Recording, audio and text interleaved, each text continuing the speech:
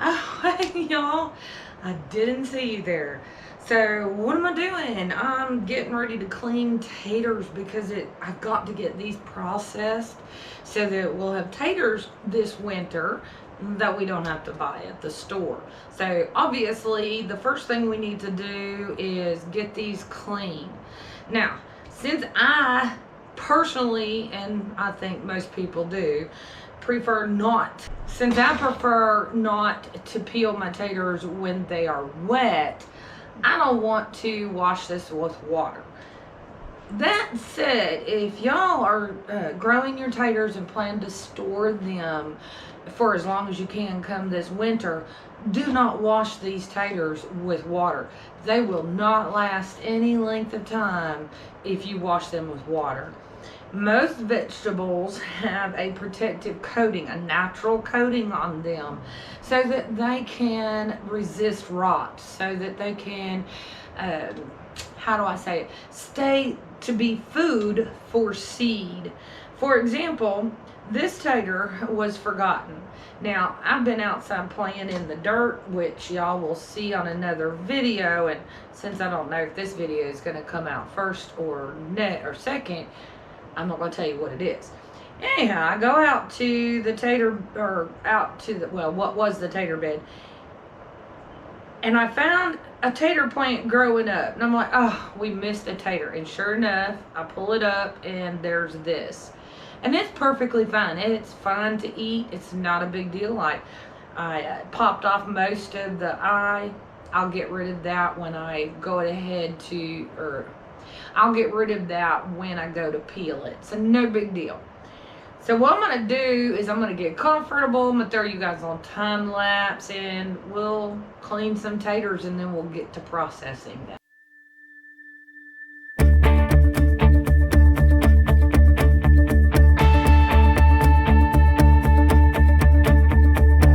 Went for a walk with the stars last night. Did not believe that I would end up right. Lucky endings were not something for me.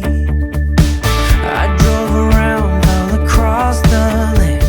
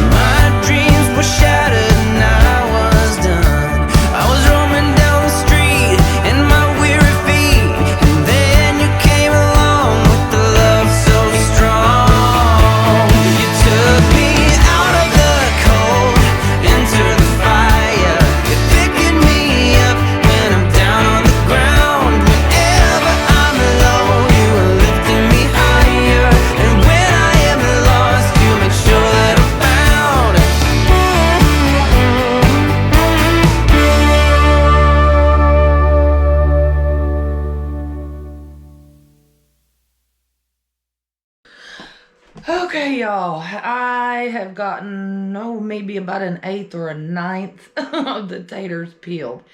But I need to get the ones I've already peeled processed, and then I can move on and do some more. I don't like to have too many of them peeled sitting in water for too long. But let's take a look at what I've been able to get done. And then let me just show y'all what do I do with all of the taters that I harvest at one time. I mean, it's just Kyle and I. So I'm sure some of you are asking yourselves, well, how can they eat all of those taters before they rot? Well, I'll tell you, I process them and either can them or freeze them. And in this case, I'm going to show you what I do to freeze them. I'll do a separate video on how I can them. So let me show you what I've done so far, what I have left, and I'll look at the taters that I plan to use for canning. I'll probably use a few of the larger ones as well. I just want to wait and see how much of the frozen taters I can get first. So let's take a look. So here is what I've got peeled so far that needs to get processed for the freezer. Okay, so this is what I have left, and I don't believe this bucket's quite that full. I think they're being held up a little bit from the bottom, from the trash bag that I had put them in once I wiped them clean. We'll just find out later, but for now, those are going to wait to be peeled until later, and I'll process them as I peel them. Now, here are the taters that I intend to use for canning. I'll put them in soups and stews and things like that. So they haven't been wiped because these I'll just simply wash really well before I put them into jars for canning. And I will share that with you because I know some folks, I know that some folks on the Facebook group, Next Level Gardeners, have asked about the canning. They were surprised to find out that I canned taters, which that's all I did last year. But this year I'm going to process a bunch of them for the freezer to be able to make frying taters better. I mean, while they were good coming out of the can or the jar, I'd really rather have them, you know, raw when they go into the skillet for frying. So we'll go take a look at how I'm gonna get that done. Okay, so I have a handy dandy tool, if you want to call it that, that my mother had bought some time ago before she passed. She bought this for me, mainly for when I'm doing all the chopping for a chicken soup, or chicken, what we call chicken and dumplings. Anyway, there's a lot of chopping involved with that recipe. So she had bought this for me. It comes with several attachments. This is one of them. It's a larger grate. It's very, very sharp and will allow for some larger chunks of tater, which I like to use for the frying taters. And what I'm calling frying taters are taters that I use to make breakfast, which I call taters and eggs. And it's one of my favorite breakfasts. This is the other grate. It's quite small, which I do appreciate the small chunks, but they're a little too small in my opinion for taters and eggs. These make for some nice French fries though. Okay, so the first thing I'm going to do is cut my taters. Okay, so the first thing I'm going to do is just cut these taters to a kind of a good thickness that I'd want the chunks at. Of course, I'm going to cut off this bad spot on this tater. Okay. So I just really want a good thickness on the taters. So, you know, maybe about an inch, I guess, is what that might be. I just kind of eyeball what the thickness is that I would like to have these at. And that's what I do as far as getting them ready for the chopping. That's all I do. So let's go ahead and get these cut, and we will then get them chopped. Okay, so once I have a good number of them cut, I'm just going to put each slice in here one at a time. And it's just going to automatically make me some good sized chunks. Let's see if I can get a hold of one to show you. So that will fry up into a nice tater chunk for going with some eggs.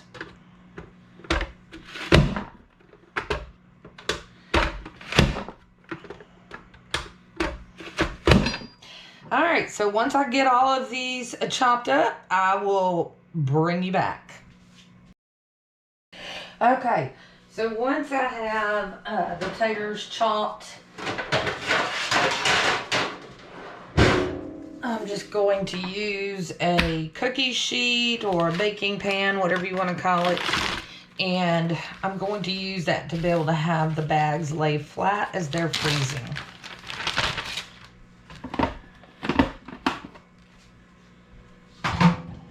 And I like to use a measuring cup just to make sure I have an equal amount in each bag.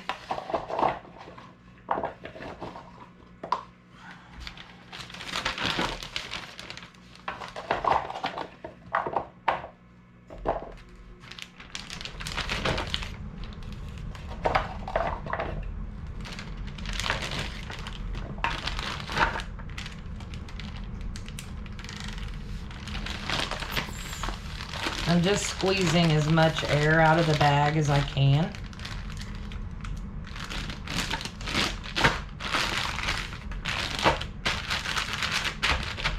And lay this as flat as I can. Oops, and I usually write a date on it before I put them in a bag. So today is 7/14/21.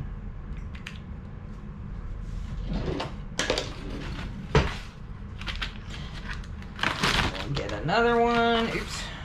Put my pen away and I'm not done.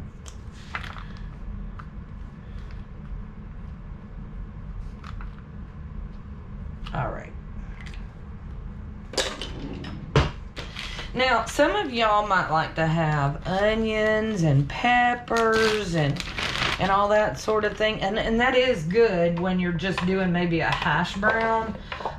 Probably good too when you're doing it like taters and eggs, but it's just not for me. Now, regular hash browns, I'd probably like it that way.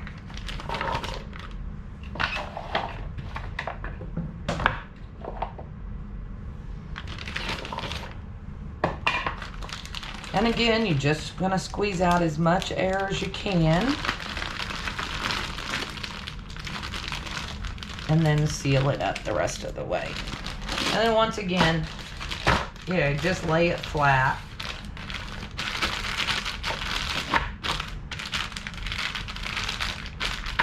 All right, so now what I would typically do is I'd go on ahead and finish laying out a bunch of taters in bags to freeze, and then put it in the freezer. But for now, I'm just gonna go ahead and show y'all what I do with it. And okay, let's go to the freezer.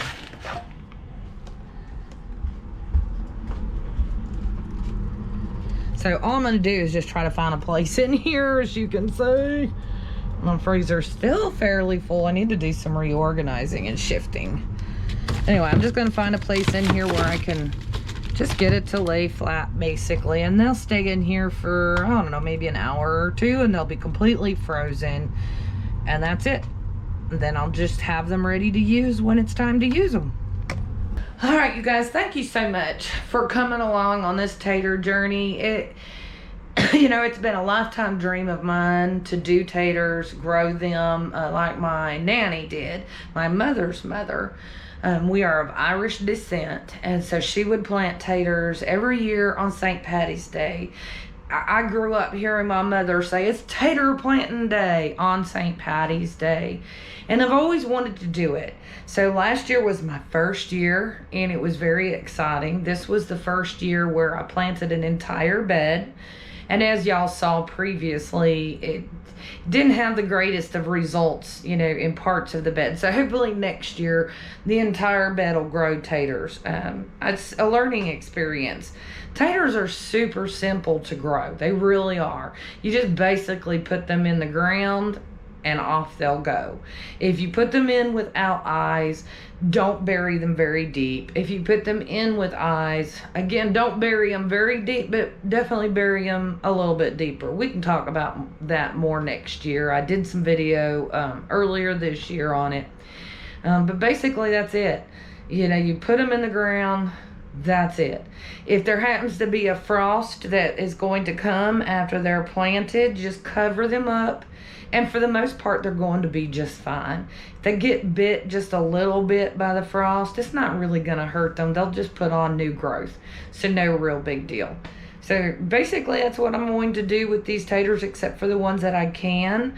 And I'll do a separate video for you guys on the canning of taters and how to go about it. It's really not that difficult to do, but I'll take you along when I can some just to show you. If you're interested in what I mean by taters and eggs, just let me know. I'll be happy to do a quick video on what that is and show you it. I'll tell you, anyone I've ever made that breakfast for who's never had it, that's it. They don't ever want to have eggs and taters any other way again. So anyway, have a great day. Thanks for coming along on this journey, and I will see y'all next time.